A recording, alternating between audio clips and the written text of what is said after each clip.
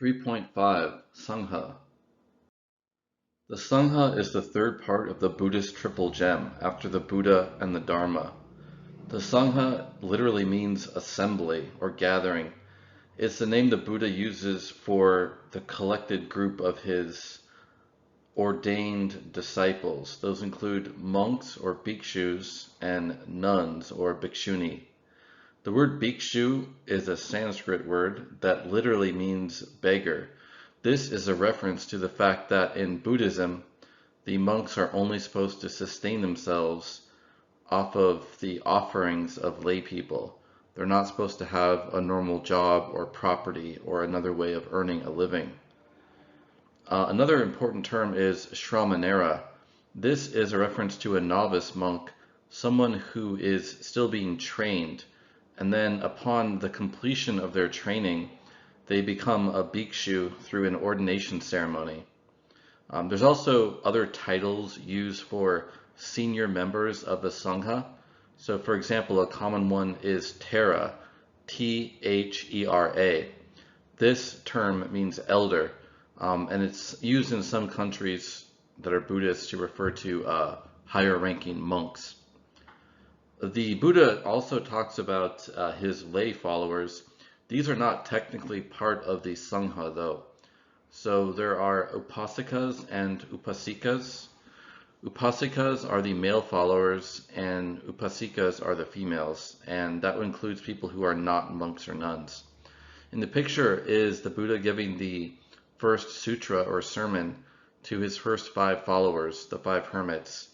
Somewhat anachronistically, they're depicted wearing saffron or orange colored robes and shaven headed, even though historically speaking, they would have adopted that method of dress only after they had converted to Buddhism, you could say, or became followers of the Buddha.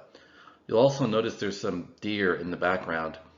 That's a reference to the fact that this first sutra, which is called the Discourse of the Turning of the Dharma Wheel, was taught at the so-called deer park.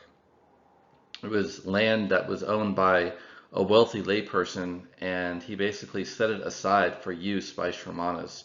So that's why the Buddha was giving this talk to his 5 followers there. The members of the Sangha have additional moral rules to follow, in addition to the 5 precepts.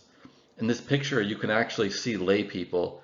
They're ones who have temporarily made a vow to follow the 10 precepts. This often happens on meditation retreats, where lay people may take temporary vows that includes a lifestyle closer to that lived by monks and nuns. The 6th vow or precept is to not eat after midday or noon. So monks and nuns will typically only have 1 meal in the mid to late morning. The 7th precept is to refrain from dancing, singing, music, and entertainment. So monks are not supposed to go to concerts or movies or things like that. The 8th precept is to not use garlands, perfumes, or cosmetics. So that means, being very simple in your personal care items, not using makeup, things like that. The 9th precept is to not lie on a high or luxurious bed. Partly this has to do with the context in which Buddhism developed in ancient India. Typically only wealthy people could afford high beds, what would ordinarily just be considered a normal bed in Western societies today. But monks are not supposed to use those. They're supposed to sleep closer to the ground. The 10th precept is to not handle money. So the way that Buddhist monks that are being very strict about this, instead what they will do is have a layperson who works for a Buddhist monastery who might be able to handle cash donations, but the monks are never supposed to actually touch the money or have it in their accounts. There are many other rules that monks and nuns live by. These are detailed in the Pratimoksha. A note as well that in Theravada countries in Southeast Asia, Theravada Buddhist countries, it's a common custom for young men to temporarily ordain. And they do this in order to create merit or good karma for their family. and for themselves. The idea is that they learn more about Buddhism. It's not something that they're going to do permanently, so typically this would be done for a finite period, and then they would re-enter life as a layperson. But it's often regarded as a way of showing respect and devotion to the religion and to create blessings for yourself and your family. The people on this retreat, the fact that they're wearing white suggests that they are temporarily taking on these additional vows. That's different from temporarily ordaining as a monk or nun, because the temporary ordination as a monk would require basically even more rules you have to follow. They would wear the orange or the saffron robes, for example, and they would shave their hair.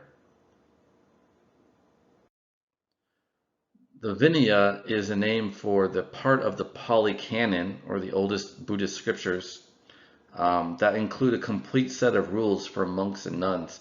The rules themselves are referred to as the Pratimoksha. In addition to containing the actual rules, the Vinaya contains stories that explain the origin and the purpose of each of the rules. Some examples of additional rules followed by monks and nuns apart from the 10 precepts are to shave their facial hair and the hair on top of their head, to wear the orange-colored or saffron robes. This kind of is based on a custom in ancient India. There were many groups of shramanas who did similar things. In part, the saffron dye, I think, helped mark out followers of the Buddha from other shramanas. But also, I've read that the color could have been as a result of a dye applied to robes that included cloth that was cast off or donated by other people. And they could be dyed in part as a disinfectant measure before the robes were worn.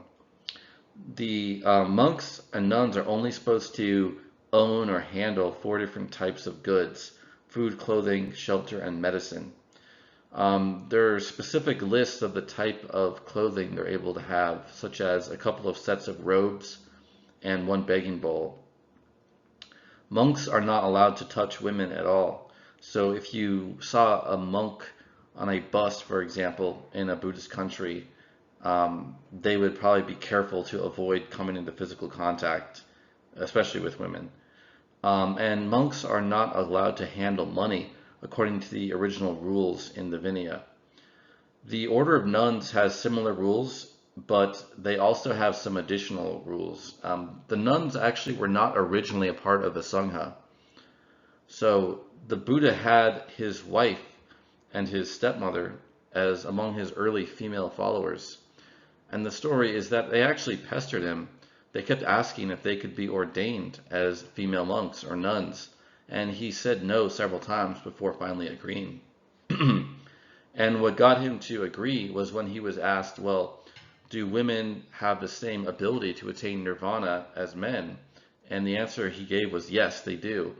And so he enabled women to ordain fully, as similar to how monks would. They live by some additional rules as well. And one of the additional rules for nuns is controversial within Buddhism because according to this rule, the highest ranking nun still has to show respect and deference to the lowest ranking monk. They would have been considered very controversial in ancient India when the Buddha created the order of nuns, because it was a very patriarchal culture. Men had most of the authority. So this was a somewhat of a, I guess you could say, kind of a progressive or a radical or at least egalitarian move, especially in the context of ancient India. And it's interesting that even the Buddha was somewhat reluctant to do this before he agreed to it. There are Buddhist nuns in many countries. They have died out, though, in Southeast Asian or Theravada countries.